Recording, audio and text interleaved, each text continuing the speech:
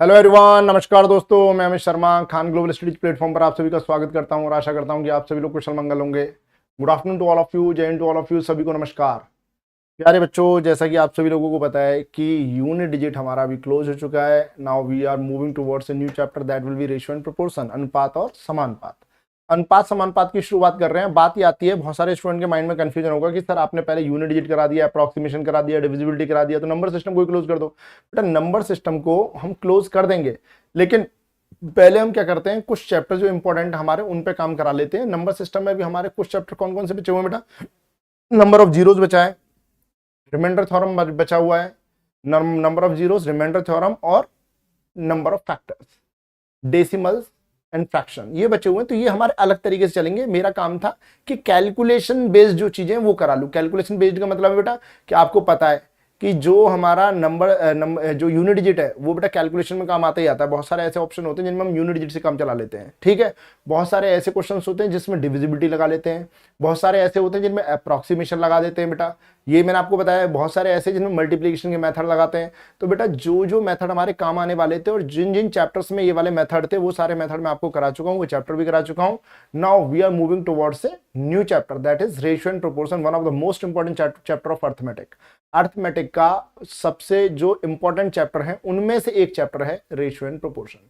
अब ratio and proportion की हम शुरुआत कर रहे हैं, आपको बताएंगे रेशियो एंड प्रोपोर्शन के बारे में, उसके बारे में एंड टू एंड जानकारी उपलब्ध कराएंगे। शुरुआत के 15 20 25 मिनट हो सकता है, केवल और केवल हमारे किस में जाए, डिस्कशन में जाए और आपके कॉन्सेप्ट क्लियर करने में जाए।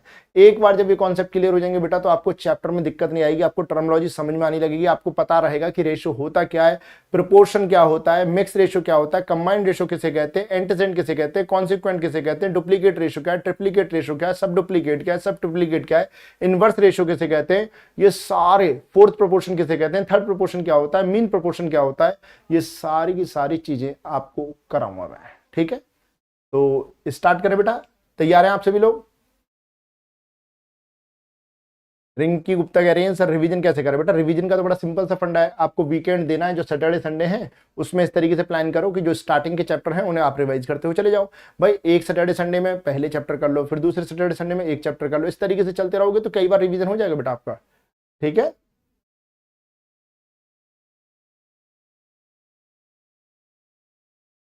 चलो चलिए बेटा स्टार्ट करते हैं। देखो बेटा अब हम बात कर रहे हैं रेशो प्रोपोर्शन की।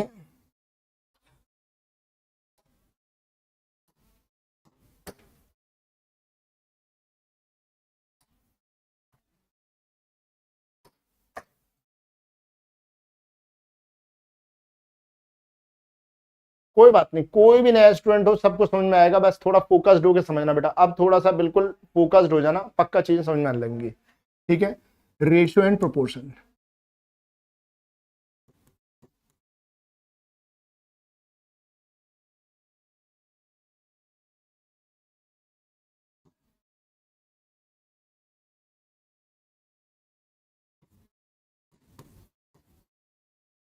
Ratio and proportion.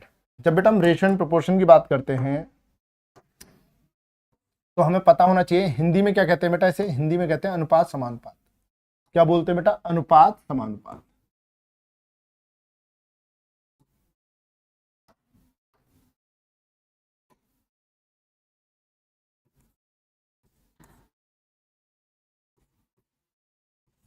अनुपात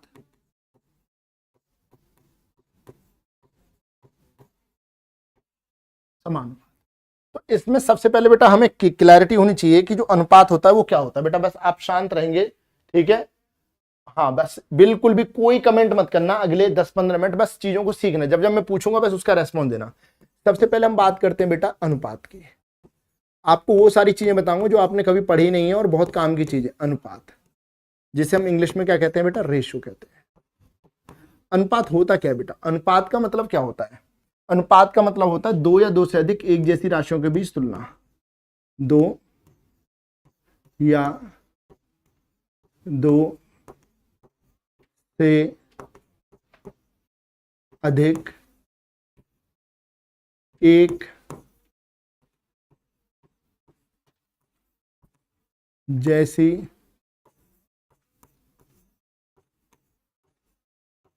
राशियों की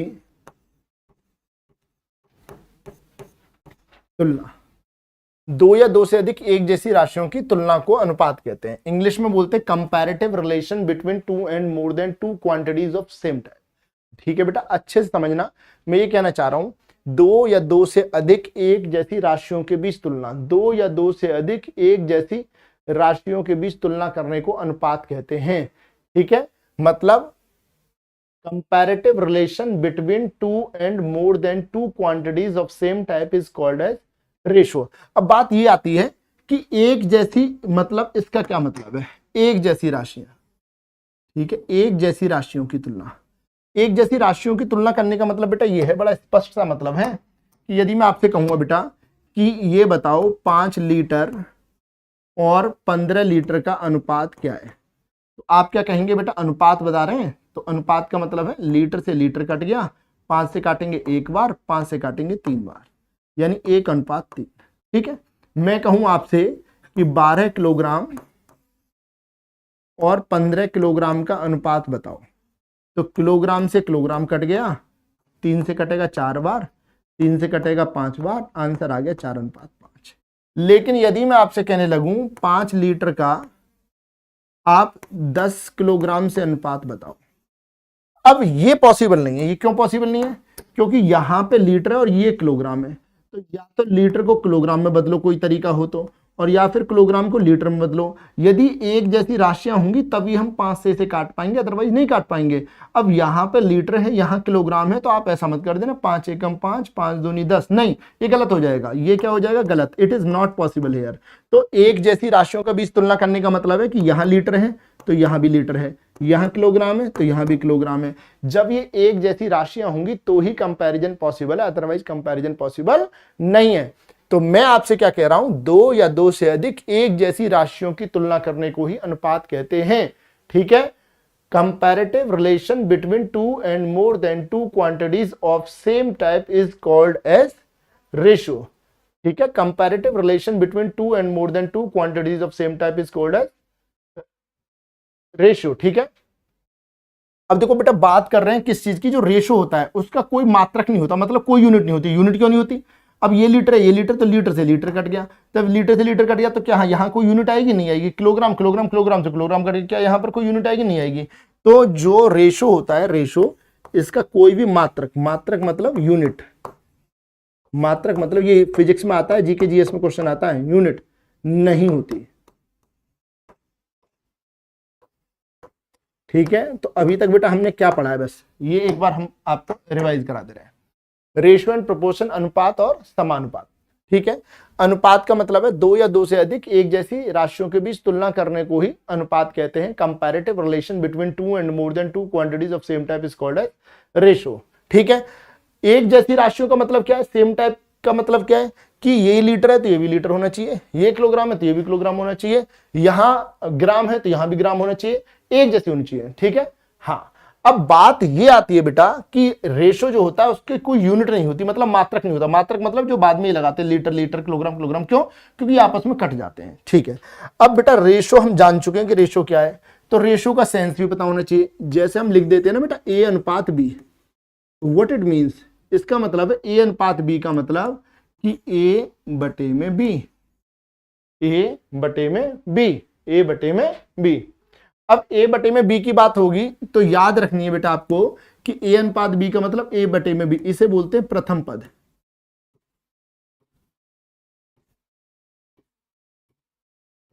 या अग्रपद कह लो, अग्रपद भी कहते हैं, कई बुकों में अग्रपद मिलेगा। इंग्लिश में बोलते हैं एंटेसेडेंट, क्या बोलते हैं बेटा, एंटेसेडेंट बोलते हैं इसे। ठीक है, बी मतलब इसे बोलते हैं पश्चपद, इंग्लिश में बोलते हैं कॉन्सिक्वेंट, क्या बोलते हैं बेटा, कॉन्सिक्वेंट बोलते हैं। तो अब हमें क्या क्या क्लियर हो गया बेटा, हमें अनुपात पता चल गया, अनुपात में एक जैसी राशियों का मतलब क्या ये समझ में आ गया, अनुपात का कोई मात्रक नहीं होता ये समझ में आ गया, ए अनुपात बी का क्या मतलब होता है ये समझ में आ गया।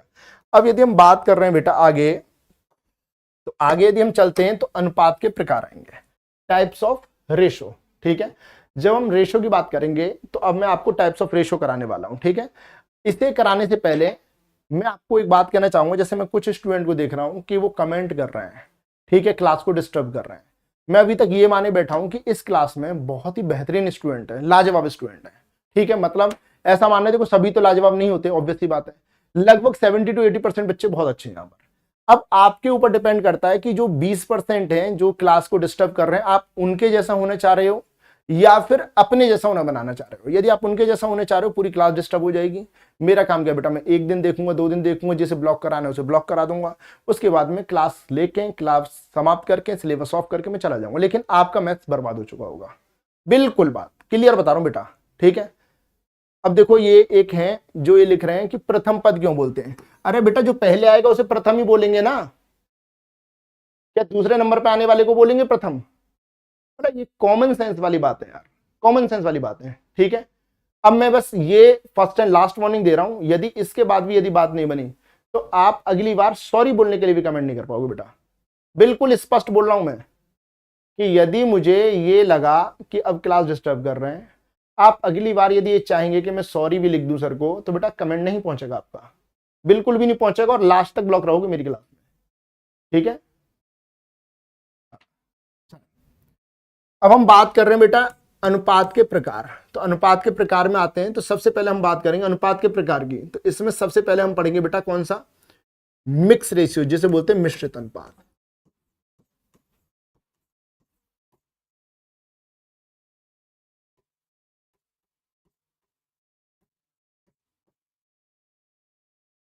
मिश्रित अनुपात,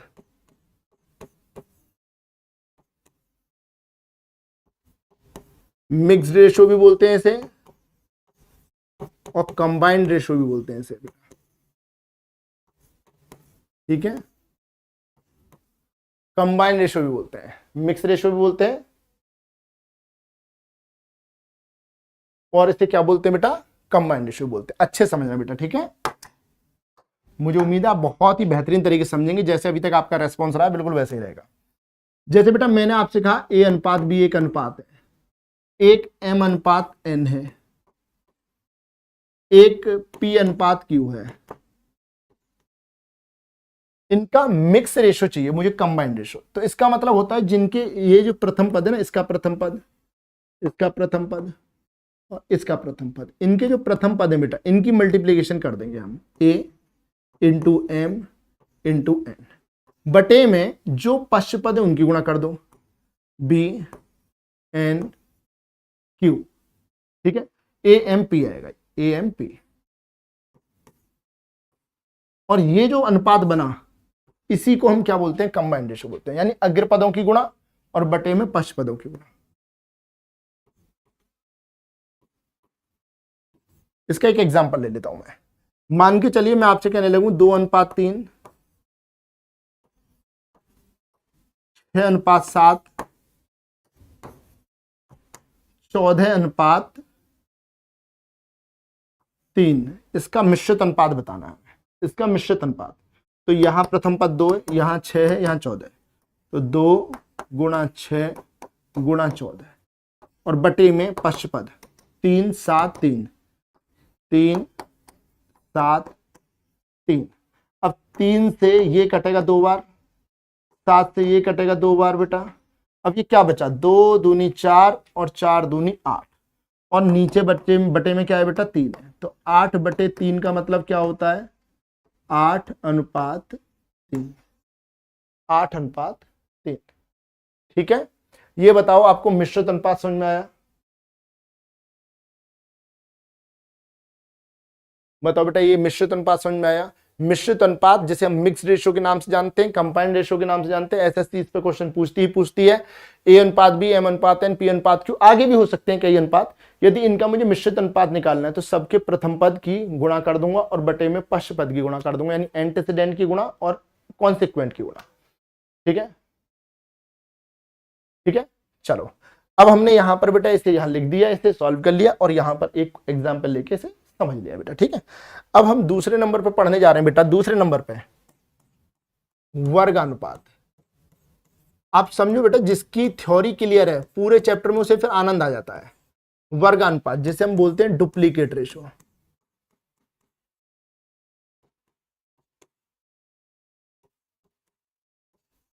डुप्लीकेट रेशो। ये डुप्लीकेट रेशो क्या है? जैसे बेटा हमने लिखा ए अनुपात बी, इसका वर्ग अनुपात चाहिए, तो डुप्लीकेट, ठीक है, डुप्लीकेट मतलब SI, और वर्ग, देखो इसे संधि विच्छेद करो हिंदी में, वर्गानुपात यानी वर्गों का अनुपात, वर्गानुपात मतलब वर्ग प्लस अनुपात, तो ए अनुपात बी का वर्गानुपात चाहिए, तो ए का वर्ग कर दो बेटा और अनुपात में बी का वर्ग कर दो, और ये आपका आंसर। जैसे हम आपसे कहने लगे बेटा कि 3:5 का वर्गानुपात बताओ, तो बताओ क्या होगा, जल्दी से आंसर लिखो आप, जल्दी से आंसर लिखो। आप आंसर लिख देंगे, मैं समझ जाऊंगा कि आपको बात समझ में आ गई है, मैं फिर आगे बढ़ जाऊंगा। जल्दी से बताओ बेटा 3:5 का वर्गानुपात क्या रहेगा? जल्दी से आंसर दे।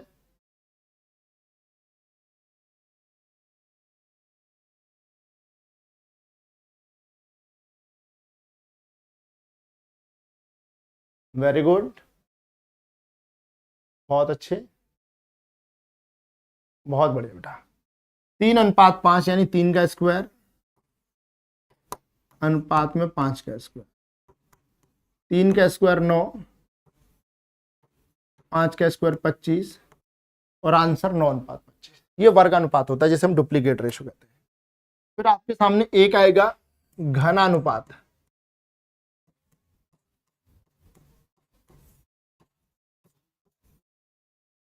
जिसे बोलते हैं ट्रिप्लीकेट रेशो। इंग्लिश में क्या बोलते हैं बेटा?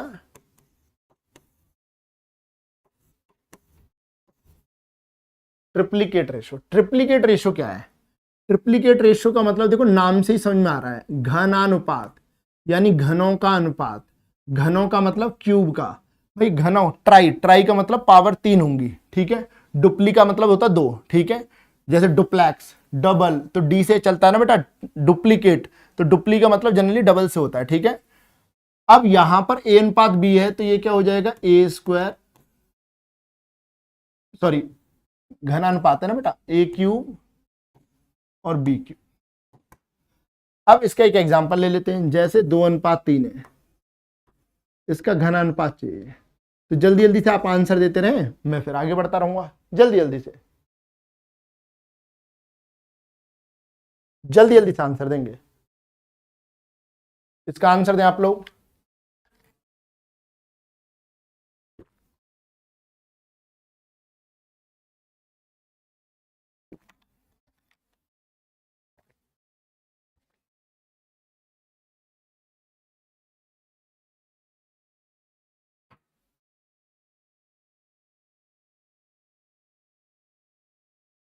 ये 2:3 है, तो 2 का घन क्या हो जाएगा 8, और 3 का घन क्या हो जाएगा 27, 8:27, बिल्कुल सही जा रहे हैं आप लोग, ठीक है।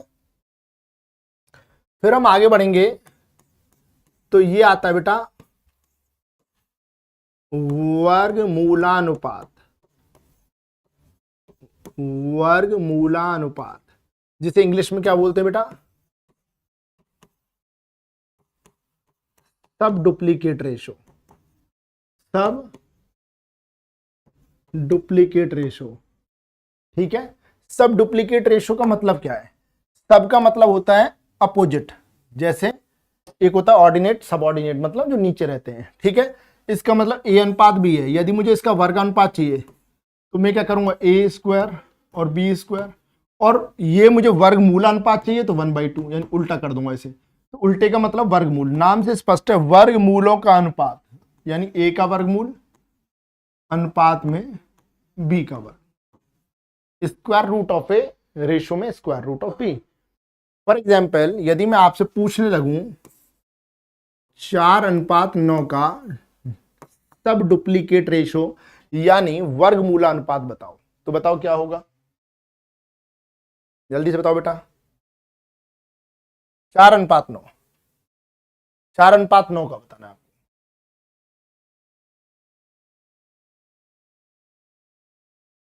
धन्यवाद बेटा, जल्दी से बताएं। वेरी गुड, तो 4 का स्क्वायर रूट लेंगे और 9 का, तो 4 का वर्गमूल क्या आएगा बेटा 2, और 9 का क्या आएगा 3, और ये आंसर, ठीक है। एक स्टूडेंट लिख रहा है कि सर आप बहुत धीरे लिखते हैं। बेटा मैं तो इतनी फास्ट लिखता हूँ कि आपको उतारना में दिक्कत हो जाएगी।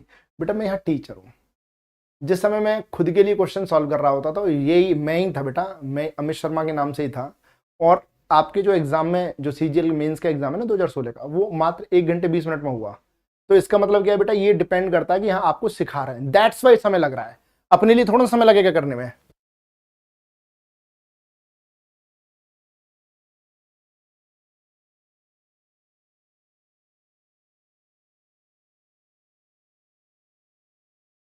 ठीक है,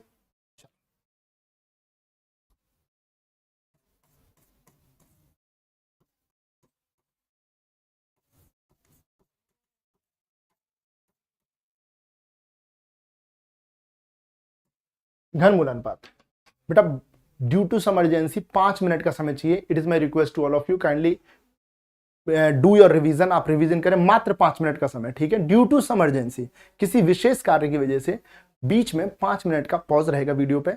5 मिनट के बाद क्लास ज्यों की त्यों चलेगी। ठीक है बेटा, धन्यवाद।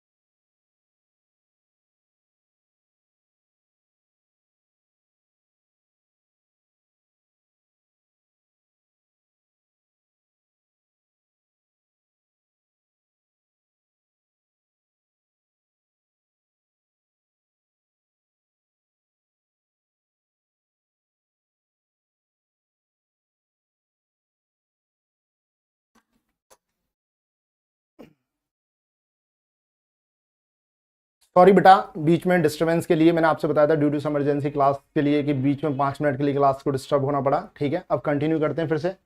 देखो बेटा, बात कर रहे हैं हम घनमूलानुपात की। किसकी बात कर रहे हैं? घनमूलानुपात की, जिसे क्या बोलते हैं?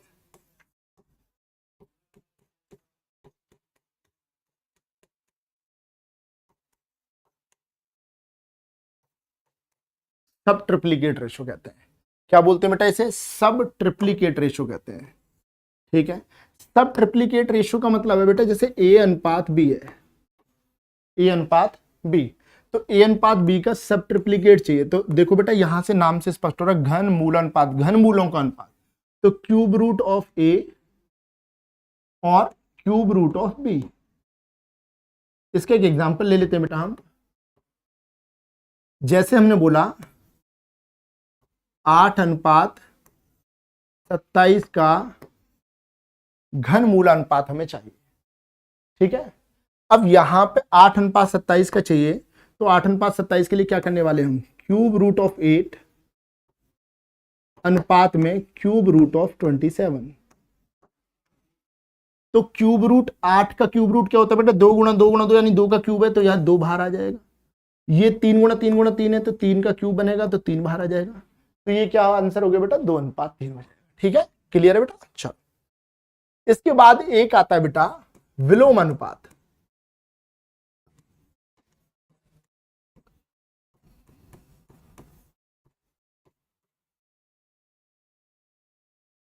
विलोम अनुपात जिसे हम क्या बोलते हैं बेटा,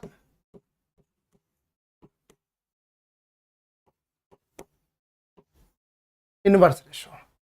ठीक है, इनवर्स रेशो कहते हैं।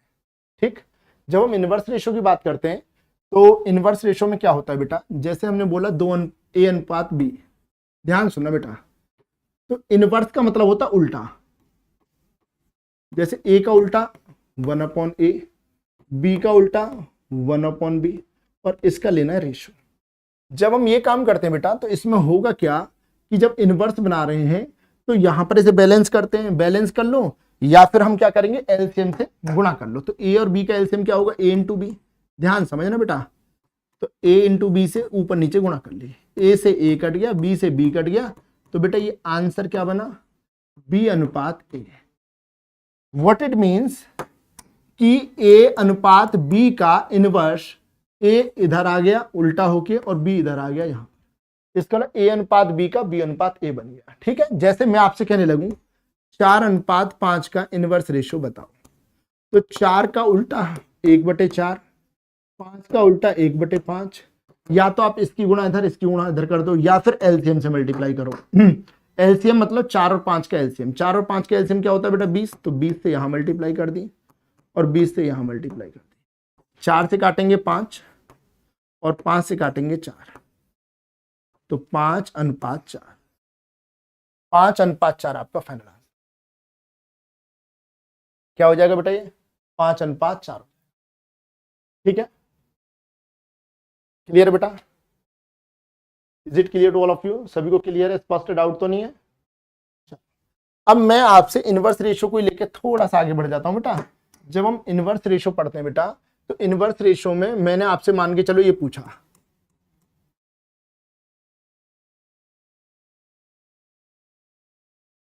इसका इनवर्स रेशियो बताओ, इसका इनवर्स रेशियो बताओ आप लोग जल्दी से।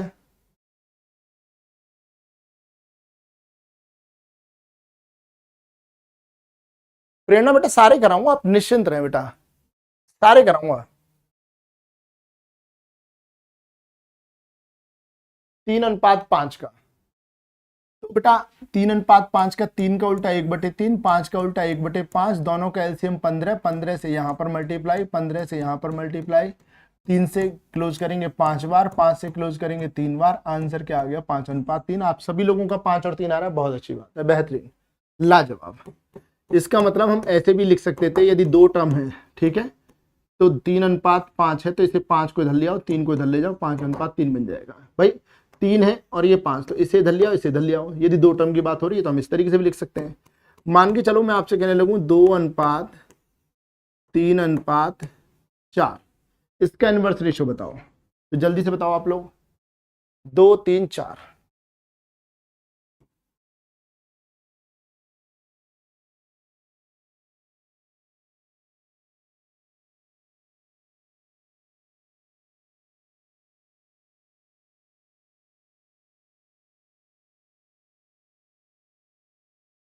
धन्यवाद बेटा।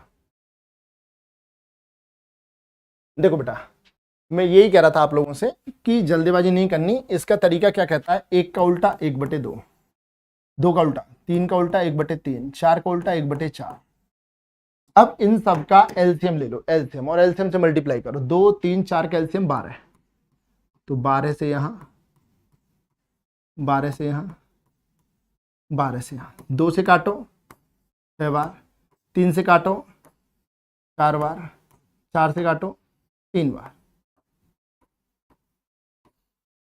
ये आपका आंसर है 6 4 3।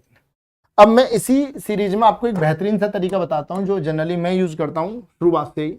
जैसे मान के चलो 2:3:4 है, आपका इसको विलोम अनुपात लिखना है, तो इसका सबसे बेहतरीन तरीका क्या है, आपको विलोम लिखना है। जब जब जब जब विलोम लिखना हो बेटा, ठीक है, आप क्या करो कि हाइड एंड सीक मेथड लगा दो। हाइड, इसे छुपाओ, बाकी की गुणा, पहले नंबर पे 2, इसे छुपा लो, बाकी की गुणा कर दो, 4 3 12।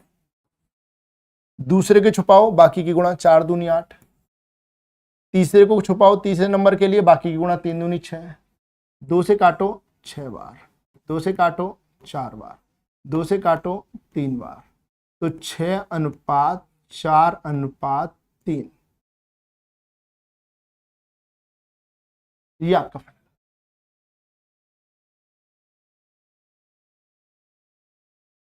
धन्यवाद वेरियर। ठीक है, अब बेटा ये हर जगह लागू है। जैसे मान के चलो मुझे 2:3, 3:5 था, इसमें लगाना है, बिल्कुल लागू हर जगह, ये कहीं फेल ही नहीं है। जैसे पहले नंबर वाला चाहिए तो पहले को छुपा लो, क्या दिख रहा है खाली 5, तो 5 लिख दिया। दूसरे नंबर वाला चाहिए तो दूसरे को छुपा लो, बाकी देखो क्या दिख रहा है 3, तो 3 लिख दिया।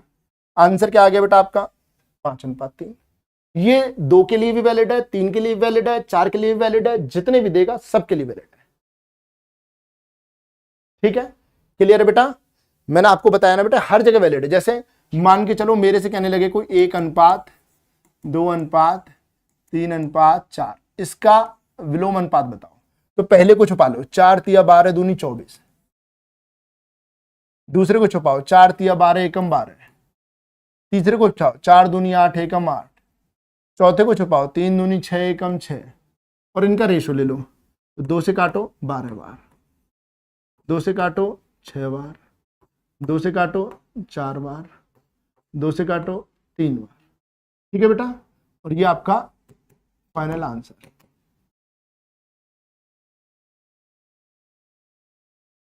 अब बेटा एलसीएम से जाओगे तो एलसीएम मेथड भी ठीक है, बट एलसीएम में क्या होता है, कई बार एलसीएम बड़ी बड़ी वैल्यू होती है तो उसमें दिक्कत हो जाती है।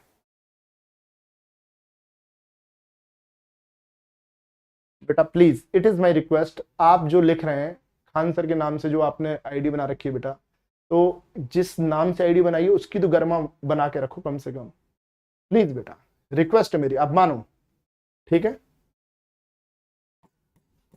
मान के चलो 11:12:13:14 का निकाल लेते हैं। 12:13:14, इसका विलोम अनुपात बताओ।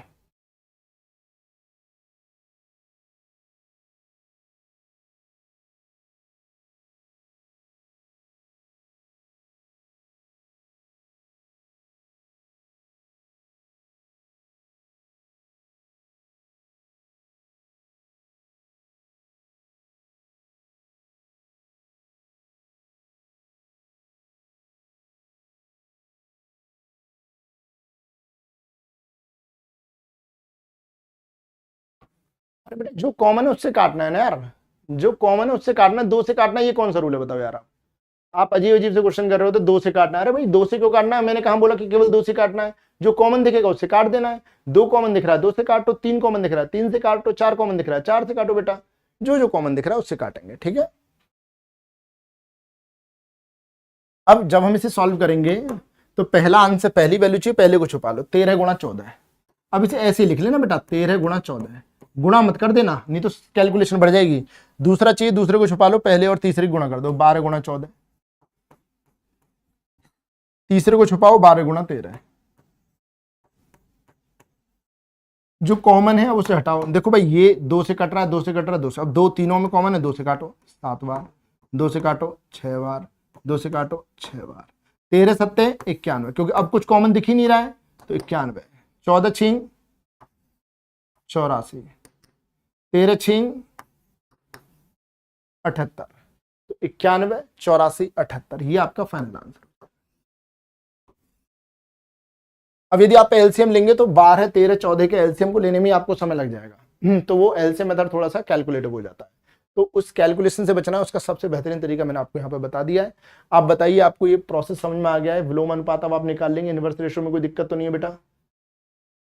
ये मानता हूं मैं थोड़ा स्लो चलेंगे, लेकिन चलेंगे इस तरीके से कि सारी चीजें बन जाएं, ठीक है? बड़ी सिंपल सी बात है, यू वांट क्वालिटी और क्वांटिटी, तो मैं चाहता हूं आप क्वालिटी पे फोकस करें, क्वालिटी अच्छा पढ़े, बेहतरीन पढ़े, लाजवाब पढ़े, ठीक है? क्लियर है? चलो, अब एक कॉन्सेप्ट और बचा बेटा, इसे और कर लेते हैं, फिर हम क्वेश्चंस पे आ जाएंगे। वो कॉन्सेप्ट क्या है बेटा? एक कॉन्सेप्ट है हमारा लास्ट में, समानुपात।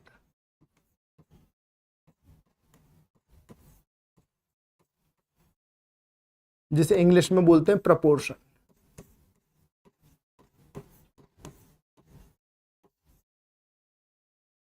क्या बोलते हैं बेटा? प्रपोर्शन बोलते हैं, समानुपात, ठीक है? जब हम बात करते हैं समानुपात की, समानुपात की बात करते हैं, तो जैसे हमने बात की बेटा A अनुपात B और C अनुपात D, ये समानुपात में है। तो समानुपात के लिए बेटा 4 बिंदी लगाते हैं, जिन्हें हम बोलते हैं प्रपोर्शन, ठीक है? इसका क्या मतलब हुआ बेटा? ये बताओ, इसका क्या मतलब है? A अनुपात B, इसका मतलब यही तो है, A बटे में B। हाँ जी। C अनुपात D का मतलब क्या है? C बटे में D। और समानुपात, समानुपात संधि विच्छेद करो, समान अनुपात, समान प्लस अनुपात, तो समान हो अनुपात 13, जिनका अनुपात आपस में समान हो, ये लिख लिया बेटा। इसकी गुणा इधर कर दो, इसकी गुणा इधर कर दो। जब मैं ऐसा करूंगा तो मैं क्या लिखूंगा? A into D is equals to B into C। लिखूंगा नहीं लिखूंगा बताओ भाई? ये बात तो लिखूंगा ही, A into D is equals to B into C. इसका मतलब ये हुआ कि A और D ये बाहर आ रहे हैं, ये रहे, बाह्य पदों का गुणनफल बराबर आंतरिक पदों का गुणनफल, यानी product of exterior terms is equals to product of interior terms. बाह्य पदों का गुणनफल बराबर आंतरिक पदों का गुणनफल। जो बाहर वाले पद होते हैं उनका गुणनफल आंतरिक पदों के गुणनफल के बराबर होता है, ठीक है? ठीक है बेटा, is it clear? Sanjay Kumar बेटा, मैंने तो रिसर्च की बात ही नहीं की है। ऐसा बेटा, जो चीजें मैं बता रहा हूं, क्या मुझे नहीं पता होंगी कौन सा मेथड कहां से आया, किस तरीके से आया है? क्रॉस प्रोडक्ट मेथड एक्स वाली वैल्यू से जनरेट हुआ है, फिर भी मैं क्रॉस प्रोडक्ट कराता हूँ, एक्स से बचा के चलता हूँ आपको, ठीक है बेटा? आप समझा करो ये चीजें, मुझे मत बताओ कौन सी कहां से आई, आप बस फोकस रहो कि दोनों में बेहतरीन कौन सा रास्ता, कौन आसान बना रहा है। That is very much important. वो इंपॉर्टेंट है ना हमारे लिए, हमारा समय कौन बचा दे रहा है, यदि हम उस तरीके को याद कर पा रहे हैं, दैट इज वेरी इंपॉर्टेंट, ठीक है? अब बाह्य पदों का गुणनफल बराबर आंतरिक पदों का गुणनफल, product of exterior terms is equals to product of interior terms, ठीक है? अब ये वाली बात हमारी क्लियर होगी नहीं होगी बेटा? बताओ, is it clear to all of you? सभी को क्लियर है बेटा? बताओ ये क्लियर है? यदि क्लियर है तो मैं आपसे यहां पर यह पूछना चाहूंगा कि क्या मैं इसे ऐसे लिख सकता हूं?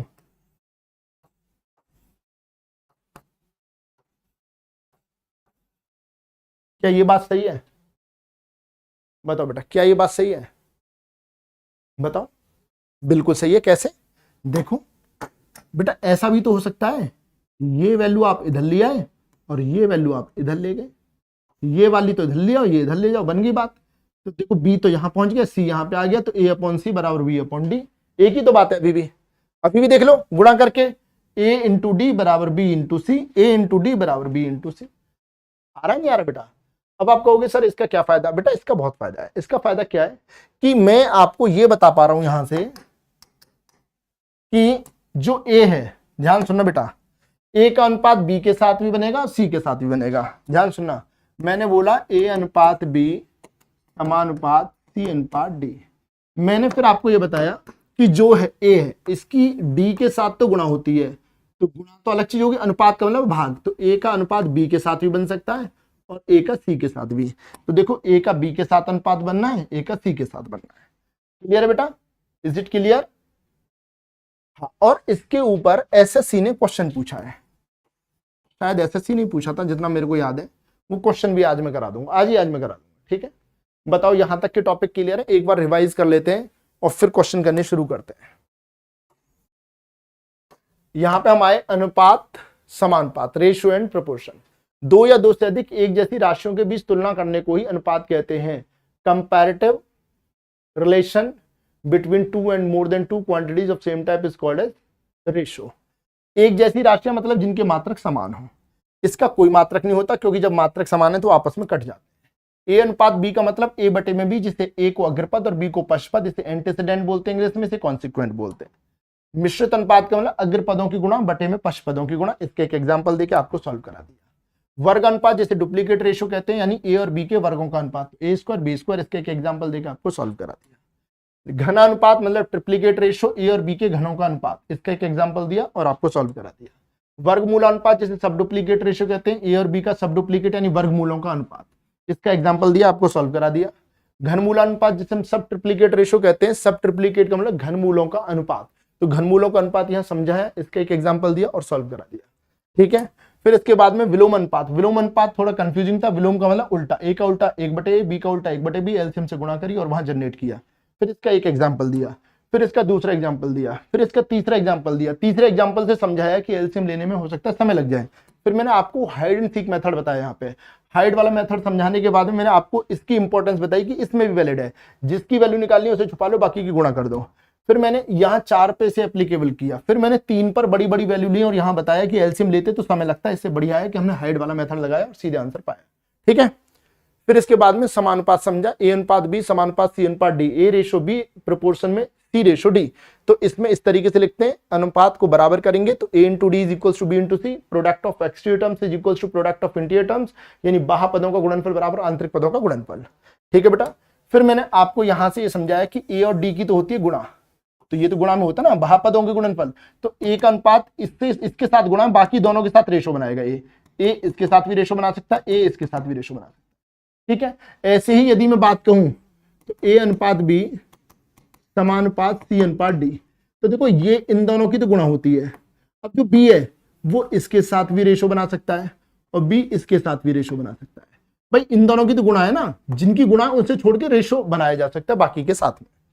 ठीक है, अब बेटा हम आ रहे हैं बाकी के क्वेश्चंस पे। ये सारे पॉइंट्स हमारे क्लियर हो चुके हैं जो मैंने यहां पर लिख रखे हैं। ये एसएससी सीपीओ ने पूछा है, बहुत ही बढ़िया क्वेश्चन है। अब क्वेश्चंस की तरफ मूव कर रहे हैं, धीरे धीरे करके क्वेश्चंस का लेवल भी इंप्रूव करेंगे। बिल्कुल बेसिक से चालू कर रहा हूं।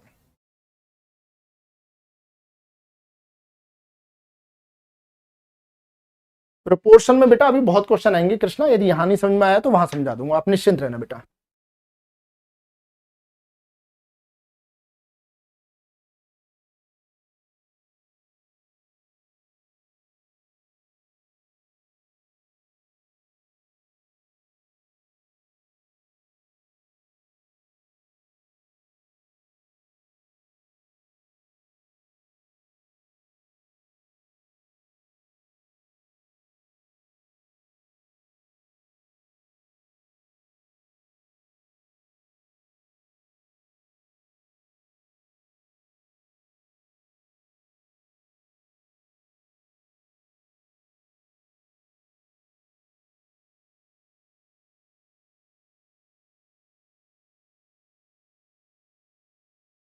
देखो जिन्होंने अपना कॉन्सेप्ट नहीं छोड़ा होगा वो डेफिनेटली कर पाएंगे। कैसे, देखो राम के पास 12 मुर्गियां 5 गाय, श्याम के पास 18 मुर्गियां 9 गाय, प्रीतम के पास 4 मुर्गियां 8 गाय, विनय के पास 10 मुर्गियां 7 गाय हैं।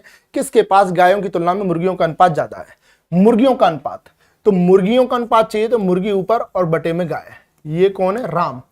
ये राम के लिए अनुपात बनेगा मुर्गी और गाय का। श्याम के लिए अनुपात जो बनेगा, श्याम के पास मुर्गी 18 है, गाय 9 है। फिर प्रीतम के पास यदि हम बात करें, प्रीतम के पास 4 मुर्गी हैं और 8 गाय हैं।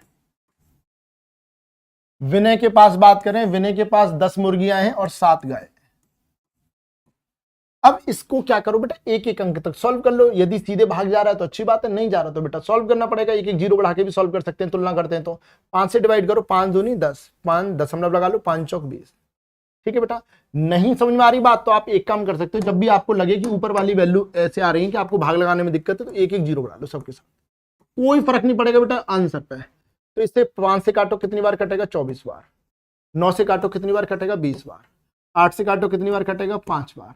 7 से काटो 14 दशमलव, दशमलव आएगा 28। हालांकि यहां तक सॉल्व करने की जरूरत ही नहीं, 14 पे ही छोड़ दोगे ना तो भी चल जाएगा। अब बताओ सबसे ज्यादा कौन सी वैल्यू आ रही है? 24। ये कौन किसके लिए आ रहा है? राम के लिए। तो आंसर क्या आएगा? Ram, option D. जब भी हम अनुपात की तुलना करते हैं तो वो भिन्नात्मक अनुपात होता है, भिन्नी तो बनती है। तो भिन्नों की तुलना करनी आती होगी आपको, नहीं आती है तो मैं सिखाऊंगा ही सिखाऊंगा। यहाँ पे थोड़ा सा मैंने आपको बता दिया है कि आप सीधे भाग लगा लें, नहीं तो सबके साथ एक एक जीरो बढ़ा लें, जिससे कि तुलना करना आसान हो जाए। ठीक है, अब दशमलव के एक मान तक निकाल लो। अब जैसे सब बराबर में नहीं आ रहे, बराबर में आ रहे होते तो यहां तक जाओ। तो यदि आपकी वैल्यू बराबर में नहीं आ रही है तो लगभग 14 कह सकते हो आप, लगभग 14। तो यहां देख लो, हम तो इन्हें बढ़ते क्रम में भी लिख देंगे, घटते क्रम में भी लिख देंगे, हर तरीके से लिख देंगे बेटा। भी बताओ क्लियर है? हमने क्या किया, मुर्गियों, देखो गायों की तुलना में जिससे तुलना करते हैं वो नीचे आता है, मुर्गियों का अनुपात, मुर्गियां ऊपर रहेंगी, तो मुर्गियों की संख्या बटे गायों की संख्या लिखी। अब हम तुलना कर रहे हैं कौन ज्यादा कौन कम, या तो सीधे भाग लगाओ। अब हो सकता है दशमलव में भी वैल्यू बनने लगे तो आपको थोड़ी सी टेंशन हो जाएगी, यार ये दशमलव वैल्यू बनी है, तो एक एक जीरो बढ़ा लो। जीरो बढ़ाते ही 24 बनेगा, 20 बनेगा, 5 बनेगा, ये 14 दशमलव समथिंग है तो 14 लिख लो। क्यों 14 क्यों लिख लिया मैंने इसे? यहां पे भी 14 आता कहीं और यहां भी 14 तो मैं दशमलव से आगे जाता। जब यार कहीं 14 आ ही नहीं रहा तो मेरे को क्या टेंशन है। ठीक है, क्लियर है ना? चलो, बहुत बढ़िया, बहुत सुंदर। ये 8/11 है, ये 4/5 है, ये 1/2 है, ये 1/11 है। एसएससी CHSL वो आया था सीपीओ में, ये आया CHSL में।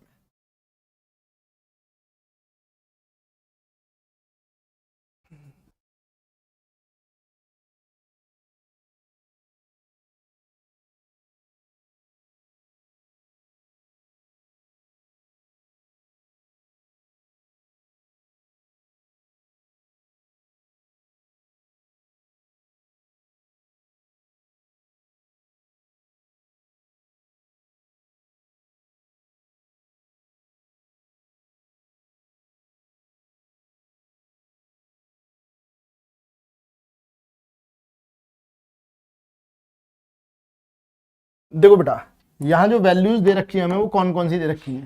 पहली वैल्यू क्या है? 8/11। दूसरी वैल्यू क्या है? 4/5। तीसरी वैल्यू क्या है? 1/2। चौथी वैल्यू क्या है? 1/11। अब देखो बेटा, हो सकता है भाग लगाने में आपको दिक्कत रहे क्योंकि पॉइंट ऐसे ही बने हुए हैं, तो एक एक जीरो बढ़ा लो जिससे जल्दी भाग लग जाएगा। 11 से काटो, 11 सत्ते 77, एक वहीं पे छोड़ दो, 5 से 8 बार, 2 से 5 बार। अब भी ये 11 से नहीं आ रहा, 0 दशमलव कितना आएगा बेटा? 11 नंबर 99। ये ऐसा, ठीक है। अब बताओ इसमें क्या कह रहा है? सबसे बड़ा अनुपात, तो इनमें सबसे बड़ी वैल्यू कौन सी है? हमने केवल इंटीजर तक निकाला, अब ये इंटीजर में आ ही नहीं रहा, तो इसे लगभग लिख दिया 0.9। ठीक है, अब देखो बेटा इनमें सबसे बड़ी वैल्यू ये है। ये किससे आया था? 4/5 से। 4/5 से आया था, सीधे ऑप्शन ए को टिक लगाएंगे और आगे बढ़ेंगे। केवल जीरो बढ़ाने का सेंस ये है, कई बार दशमलव में बच्चा सॉल्व करता है तो कंफ्यूज हो जाता है, तो उस कंफ्यूजन को खत्म करने के लिए एक एक जीरो बढ़ा लेते हैं। अब दो दो जीरो बढ़ाओगे तो भी आंसर आएगा, तीन तीन जीरो बढ़ाओगे तो भी आंसर आएगा, तो इतना लंबा क्यों जाना? ठीक है, क्लियर बेटा? अरे बेटा, we are going to compare, compare कर रहे हैं भाई, एक जीरो ऊपर बढ़ा के एक जीरो नीचे, एग्जैक्ट आंसर नहीं ला रहे। ठीक है, मैं ये कहने लगूं कि मुकेश अंबानी में और तुम्हारे में कौन ज्यादा अमीर है, तो क्या आप ये देखोगे दोनों की धनराशि निकालोगे? क्या आपकी धनराशि कोई पूछेगा बेटा? या हमसे पूछ लगे हमारे में और मुकेश अंबानी में कौन रईस है, तो क्या मेरे से आप पूछोगे सर आपके पास कितनी संपत्ति? आप सीधे बोल दोगे मुकेश अंबानी। आपको संपत्ति पूछने की जरूरत नहीं है। इसका मतलब है कि ऐसी स्थिति में हम अप्रॉक्स में वैल्यू ले लेते हैं और बता देते हैं यार यही बड़ा है।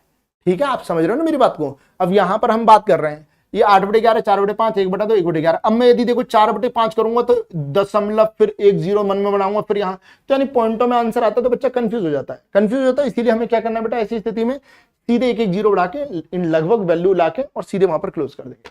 ठीक है, क्लियर बेटा? Is it clear to all of you? सभी को क्लियर है, स्पष्ट है, डाउट तो नहीं है? अरे मुस्कुराना बंद करो, अब बताओ।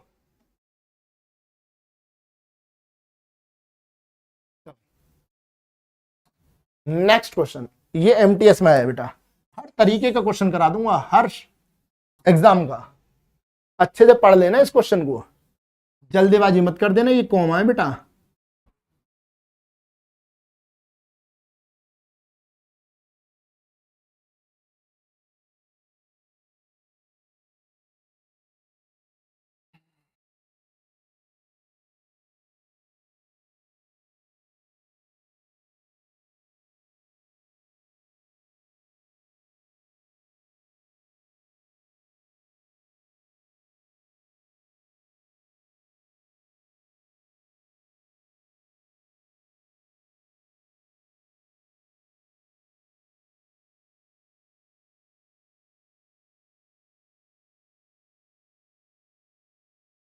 हाँ बेटा, ये रेशो है, रेशो में भाग ही होता है।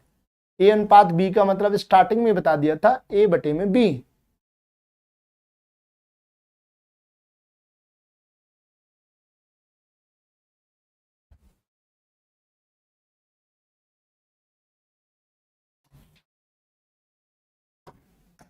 अब देखो ये क्या कह रहा है, 5:3 सही 1/3। तो 5 अनुपात, अनुपात का मतलब बटे में, 3 सही 1/3, 3 3 9 और 1 10, 10/3 आएगा बेटा ये। तो 10 और बटे में 3, तो बटे में 3 करोगे तो ये 3 ऊपर जाएगा। ठीक।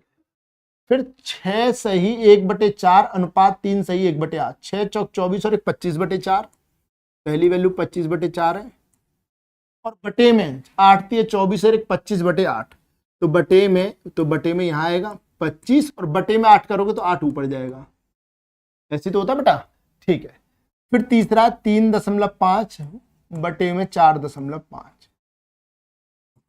ठीक है। अब हम इसे सॉल्व कर ले, ये तो हमने वैल्यू लिख ली। जब हम इसे सॉल्व करेंगे बेटा, 5 से कितनी बार कटेगा, ये 2 बार कटेगा। अब ये 3/2 को क्या लिखते हैं बेटा हम, 1.5। ठीक है। 25 से 25 कट गया, 4 से काटेंगे बेटा कितनी बार, 2 बार, तो यहाँ 2 बार। दशमलव से दशमलव हट गया, 5 से काटेंगे 7 बार, 5 से काटेंगे 9 बार, और 7/9 का मतलब 0.77 या 0.7 कह लो। ठीक है। अब 0.7 आ गया, तो ये कह रहा है इनको बढ़ते क्रम में लिखो। तो सबसे पहले सबसे छोटी वैल्यू आएगी ये वाली, फिर ये वाली वैल्यू आएगी, फिर ये आएगी। यानी सबसे छोटी वैल्यू 3.5 और 4.5, 3.5 4.5, यहां है नहीं, यहां नहीं, यहां नहीं, खत्म। यही वाला आंसर रहना चाहिए फिर, ऑप्शन ए। अरे सबसे छोटी वैल्यू, बढ़ते क्रम का मतलब क्या है, सबसे पहले सबसे छोटी वैल्यू आएगी। ये वैल्यू किससे आई है, 3.5 और 4.5 से। तो सबसे पहले नंबर पे 3.5 और 4.5 आना चाहिए, फिर उससे बड़ा, फिर उससे बड़ा। तो देखो 3.5 4.5 पहले इस वाले ऑप्शन में है, इसमें नहीं है, इसमें नहीं है, इसमें नहीं है पहले नंबर पर, तो यही वाला होगा बस। अब नहीं तो चेक कर लो, 3.5 4.5, फिर दूसरे नंबर पर ये आएगा 1.5, 1.5 किससे आया था, पहली वैल्यू से, यानी 5 और 3 से 1/3, 5 और 3 से 1/3। फिर सबसे लास्ट में 2 वाली वैल्यू आएगी, ये किससे आई थी, बीच वाली वैल्यू से, 6 1/4 3 1/8।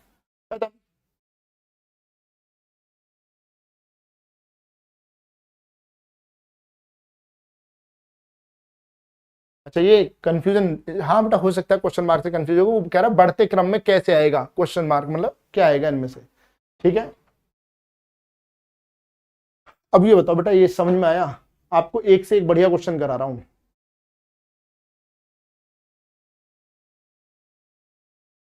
देखो बेटा, अब ये बताओ आपको क्या बताया मैंने, आपको मैंने ये बताया है कि 2:3 का मतलब 2/3 है, 4:5 का मतलब 4/5 है, 7:8 का मतलब 7/8 है। एक एक जीरो बढ़ा लो, वैल्यू निकाल लो, तुलना कर लो, सब तो बड़ा क्लियर है यार। अब वो क्वेश्चन इतना बढ़िया दे रहा है। अब ये सोचो, एमटीएस जितने भी मैंने तीनों एग्जाम लिए हैं, मैंने अभी 3 क्वेश्चन कराए, एक क्वेश्चन सीपीओ का, एक क्वेश्चन सीएचएसएल का, तीसरा क्वेश्चन किसका था बेटा, एमटीएस का। इन तीनों में सबसे डाउन कैटर का एग्जाम जो बेटा वो एमटीएस है, ये आप भी जानते हो भाई, एमटीएस ही सबसे नीचे। सबसे अच्छा क्वेश्चन इन तीनों में कौन सा बताओ, एमटीएस का है। आप देख लो, ये देख लो, ये क्वेश्चन है, ये सीएचएसएल ने पूछा था, ये सीपीओ ने पूछा। सीपीओ वाले से आपने सीख लिया, इजी था, बस लैंग्वेज की वजह से आप लोगों को दिक्कत हुई, लेकिन इजी है, आराम से निकाल पा रहे हैं वैल्यू। यहां भी आराम से वैल्यू निकाल पा रहे हैं, यहां पे उसने पूरा घुमा के रख दिया, यहां पे फ्रैक्शन में रेशो दिए आपको, समझ रहे हो आप बेटा। तो सीखना तो पड़ेगा आपको, बिल्कुल स्पष्ट है, सीखना तो पड़ेगा। ये लो सीएचएसएल,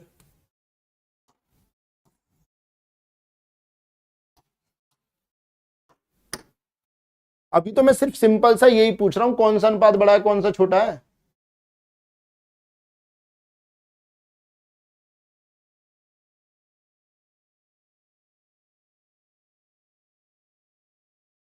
और विद एग्जाम नेम आपको विद शिफ्ट दे रहा हूं, तो दैट आपको पता चले कि कितना रिलीवेंट पढ़ रहे हैं, कितना प्रासंगिक पढ़ रहे हैं।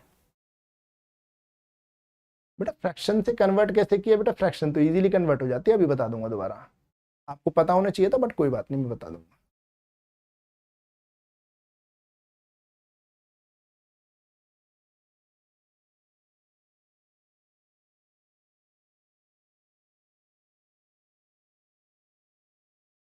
ये 7/4 है, ये 2/3 है, ये 8/3 है, ये 1/5 है। मन कर रहा है जीरो बढ़ा लो, यदि जीरो के बिना निकाल पा रहे हो तो और अच्छी बात है। वैसे तो मुझे सीधे सीधे दिख रहा है कि ये बड़ा है, बट कोई बात नहीं, जिन्हें नहीं दिख रहा वो एक एक जीरो बढ़ा लें ऐसे। इससे भी रिजल्ट पे कोई फर्क नहीं पड़ा, जो बड़ा होगा वो बड़ा ही रहेगा। 4 से काटो, 4 एकम 4 कितना आएगा 3, 4 सत्ते 28, 17 ही रहने दो, लगभग में निकालो। 3 से काटो इसे लगभग 6 बार, 3 से काटो इसे लगभग कितनी बार जाएगा, 3 दूनी 6, 26, लगभग 26। 5 से काटो इसे 2। इन सब में सबसे बड़ा कौन सा दिख रहा है वैल्यू, ये आंसर होगा।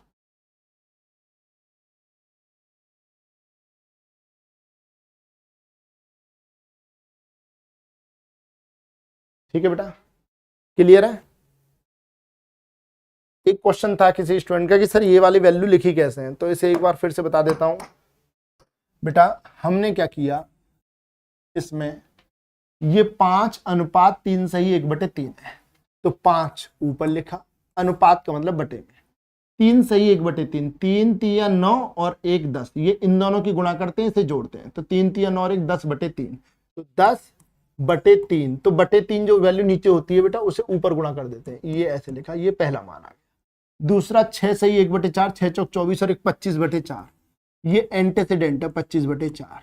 जो कॉन्सिक्वेंट आएगा उसे मैं यहां लिखूंगा ऐसे, जब मैं यहां लिखूंगा तो वो क्या है, 3 सही 1/8, 8 तिया 24 और 1 25/8, तो 25 और बटे 8 यहां लिख दो या फिर ऊपर ले जाओ 8 को, ऐसे लिखा।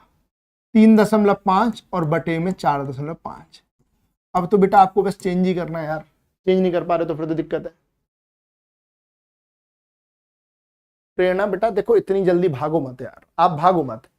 तृतीय अनुपात, मध्य अनुपात मिलते हैं, चतुर्थ अनुपात भी मिलता है बेटा, क्या वैल्यू जोड़ें कि रेशियो में हो जाए ये भी मिलता है बेटा, वेरिएबल बेस्ड भी क्वेश्चन मिलते हैं। क्या अभी करा दूं सारे, मुझे कोई दिक्कत नहीं है, मैं अभी आप लोगों को ऑब्जर्व कर रहा हूँ, बहुत अच्छे से माइन्यूट तरीके से ऑब्जर्व कर रहा हूँ। यदि मुझे लगेगा ना बच्चे डिजर्व नहीं कर रहे तो बेटा फिर सिलेबस ही ऑफ कराना है, और क्या करना है फिर बताओ। यदि आप ये चाह रहे हो कि सिलेबस ही ऑफ करा दें, सिलेबस ऑफ करा देंगे। भाई मेरे को क्या जरूरत पड़ी है कि मैं यहाँ पर जो कंपैरिजन वाले क्वेश्चन है कि सीपीओ का क्वेश्चन भी उठा लाऊं, एमटीएस का क्वेश्चन भी उठा लाऊं, सीएचएसएल का क्वेश्चन भी उठा लाऊं, आरपीएफएसआई का क्वेश्चन भी उठा लाऊं, सारे क्वेश्चन उठा के आपको करा दूं, क्या मतलब पड़ा है मेरा। मैंने बता दिया, मेरी तरफ से मैंने चीजें डिलीवर कर दी, मैटर क्लोज हो गया। यदि एग्जाम में आएगा तो दिखा भी दूंगा, देखो मैंने पढ़ाया था।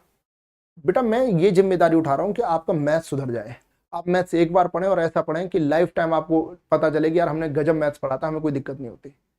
सिर्फ इसलिए करा रहा होता हूँ, ठीक है।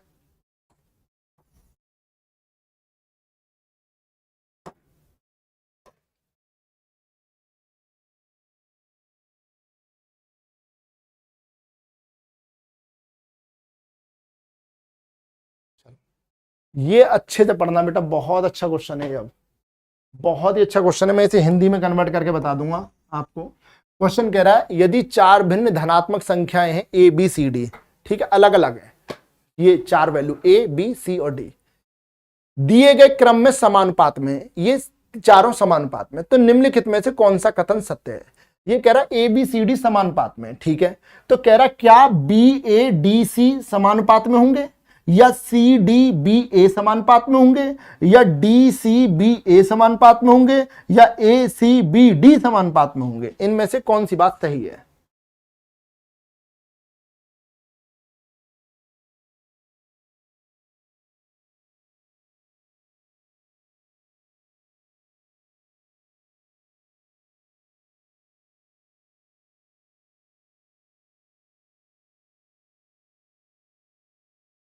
देखो बेटा इसमें क्या करना है आपको, समानुपात में तो बाह्य पदों का गुणनफल बराबर आंतरिक पदों का गुणनफल।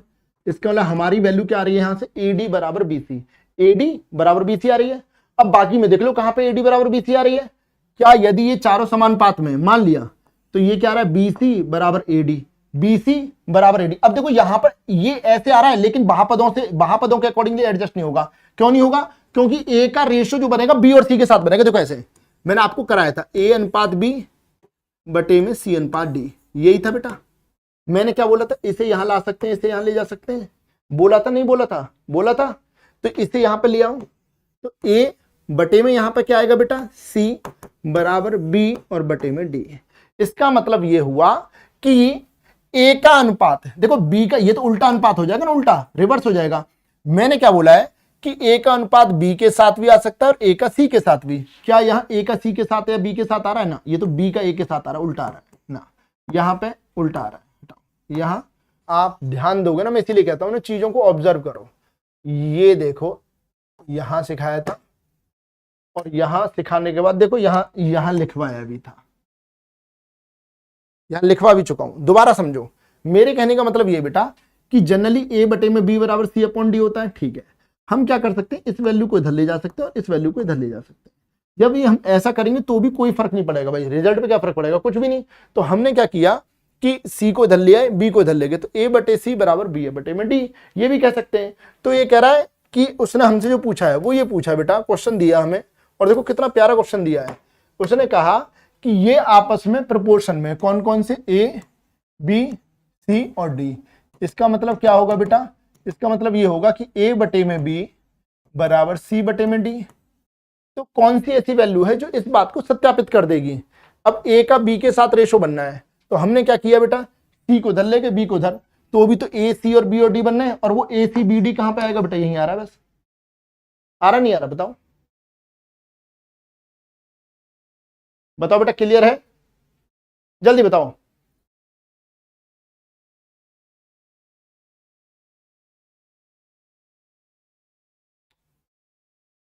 हाँ, कौन सा सही नहीं है पूछ रहा है भाई। हो फिर मिस्टेक है, मिस्टेक है भाई, कुछ हमने ऑब्जर्व नहीं किया। बिल्कुल सही कह रहा है, एक स्टूडेंट ने लिखी है बात, बिल्कुल सही बात है। ये कह रहा है which of the following is not correct, बिल्कुल सही बात है। या तो कहीं ना कहीं हमसे मिस्टेक हुई है। ए बी बी सी, ठीक है, C A D B C, A D B C, बिल्कुल ठीक, बिल्कुल सही है भाई। रेशो के बिहाफ पे तो हमने, बिल्कुल सही है, देखो यार हमने रेशो के बिहाफ पे तो कर लिया, बिल्कुल सही बात है। हमने सीधे यहाँ पे ऑब्जर्वेशन रखी, यदि हमसे बात कर रहा है तो ये कर रहा है कौन सा विकल्प सही नहीं है बेटा, कौन सा सही नहीं है, बिल्कुल सही बात है। दोबारा से देखेंगे, आवाज पहले आ रही है, वॉइस क्लियर है बेटा, आप जल्दी से बताएं, पहले बताएं वॉइस क्लियर है। हमने बेटा नोट पे ध्यान नहीं दिया, ये गलती हुई है, दोबारा देखेंगे इसे। पहले ये बताओ आप, ये आपको चीज समझ में आई नहीं आई? यदि ये समझ में आ गई है तो बाकी का रिजल्ट तो हम आराम से बना लेंगे। ये बात समझ में आई है नहीं आई? ये वाली पहले ये बताओ, ये समझ में आया नहीं आया कि ये दोनों एक ही हैं, ये और ये एक ही हैं, ये क्लियर है? पहले ये बताओ, ये बताओ पहले, ये क्लियर है बेटा?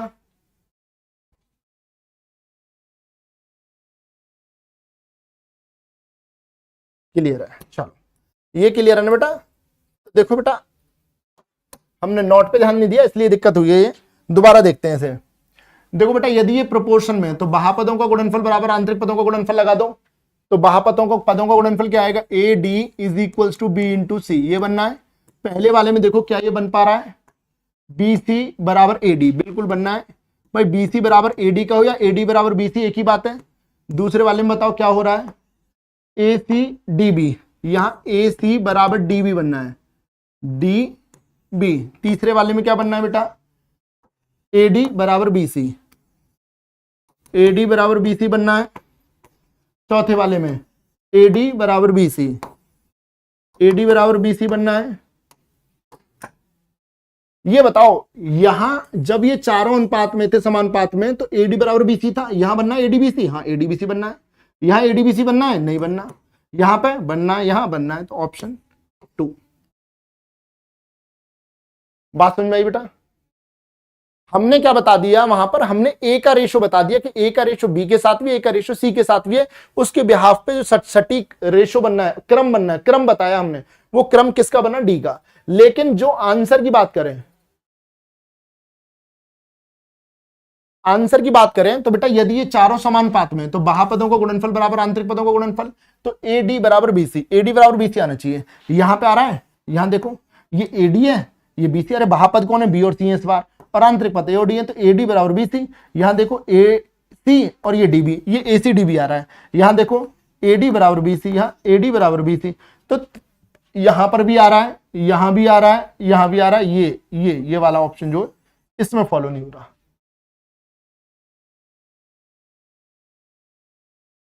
बेटा D बटे A नहीं बनना चाहिए, D बटे A नहीं, गुणा होनी चाहिए बेटा।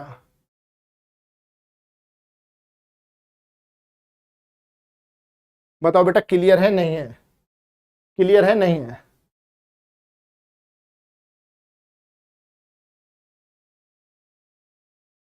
साउंड में प्रॉब्लम है?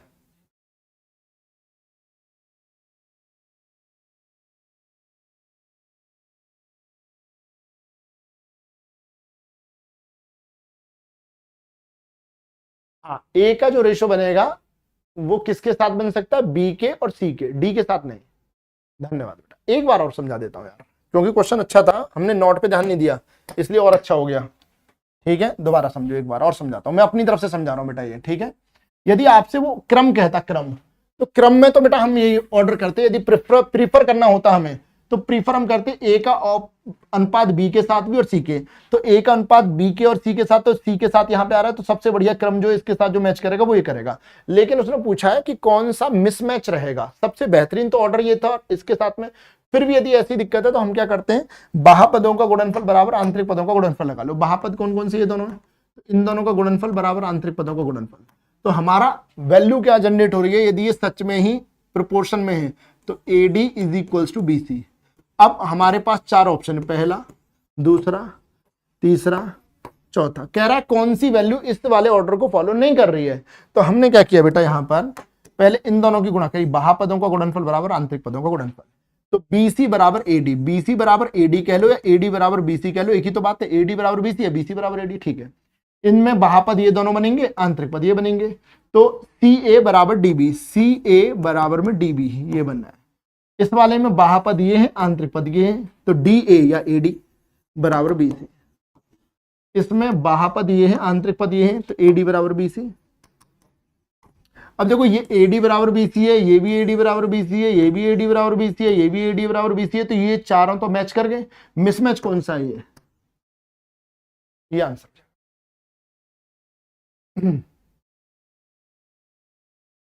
बताओ बेटा क्लियर है? Is it clear to all of you? सभी को क्लियर है, स्पष्ट, डाउट तो नहीं है बेटा? जल्दी से बताएं, जल्दी से बताओ भाई। प्रपोर्शन में होने का मतलब है कि पहले और चौथे नंबर पे जो उनका गुणनफल बराबर दूसरे और तीसरे नंबर का गुणनफल, बाह्य पदों का गुणनफल बराबर आंतरिक पदों का गुणनफल। बताओ बेटा क्लियर है?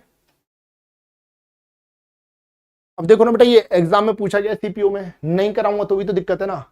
क्लियर है ना फिलहाल? बढ़िया बेटा, बहुत सही।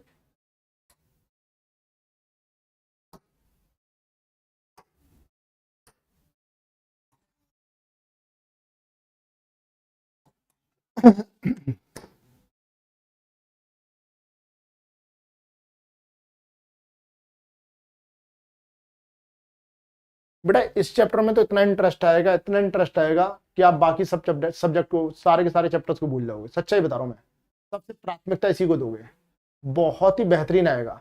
अब ये बताओ बेटा, अभी तो प्रीवियस ईयर करा रहा हूँ, फिर इन्हें रिलेवेंस बना दूंगा। ठीक है, जो आज थ्योरी पढ़ाई है अभी उसके ऊपर तो क्वेश्चन दिए ही नहीं मैंने।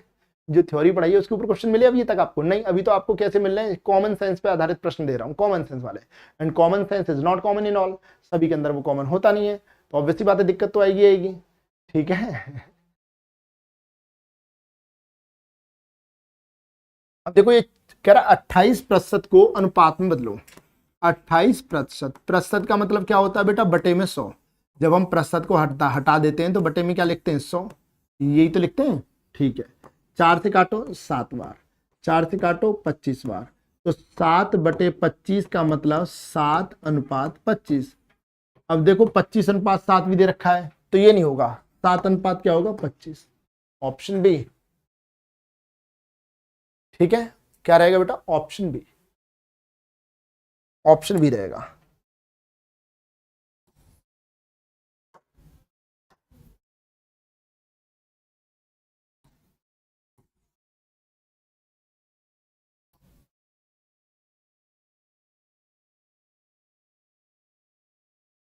3:4 और 6:7 का मिश्रित अनुपात 36:x है, तो x का मान बताओ। कितना बढ़िया क्वेश्चन है, सच में आनंददायक प्रश्न है।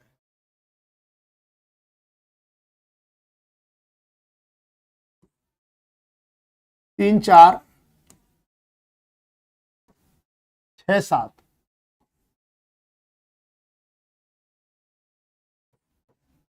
मिश्रित अनुपात 36x है। इन दोनों का मिश्रित अनुपात क्या है? 36:x। तो बेटा मिश्रित अनुपात क्या होता था कि जो अग्रपद है उनका गुणनफल 6×3 = 18 बटे में पश्च पदों का गुणनफल 7×4 = 28। हमें तो मिश्रित अनुपात इसका ये लग रहा है, क्वेश्चन कह रहा है मिश्रित अनुपात 36/x है। 36:x का मतलब अनुपात का मतलब बटे में x, ठीक है, बराबर रखो। क्यों? क्योंकि ये हमें लग रहा है ये है मिश्रित अनुपात, क्वेश्चन कह रहा है ये, तो दोनों बराबर होनी चाहिए, ठीक है। 18 से काटो, 18 दूनी 36, तो x की इधर गुणा करोगे तो कुछ है ही नहीं, x बराबर 28 दूनी 56। हम ऐसे भी सोच सकते थे 18 बटे में 28 बराबर 36 बटे में x। तो हालांकि जिसकी मैथ सही है उसे तो कोई दिक्कत हो ही नहीं रही, आप ऐसे भी सोच सकते हो ये कितना है 2 गुना, 18 दूनी 36, तो इसे 2 गुना कर दो, 28 दूनी 56, ऐसे भी सोच सकते।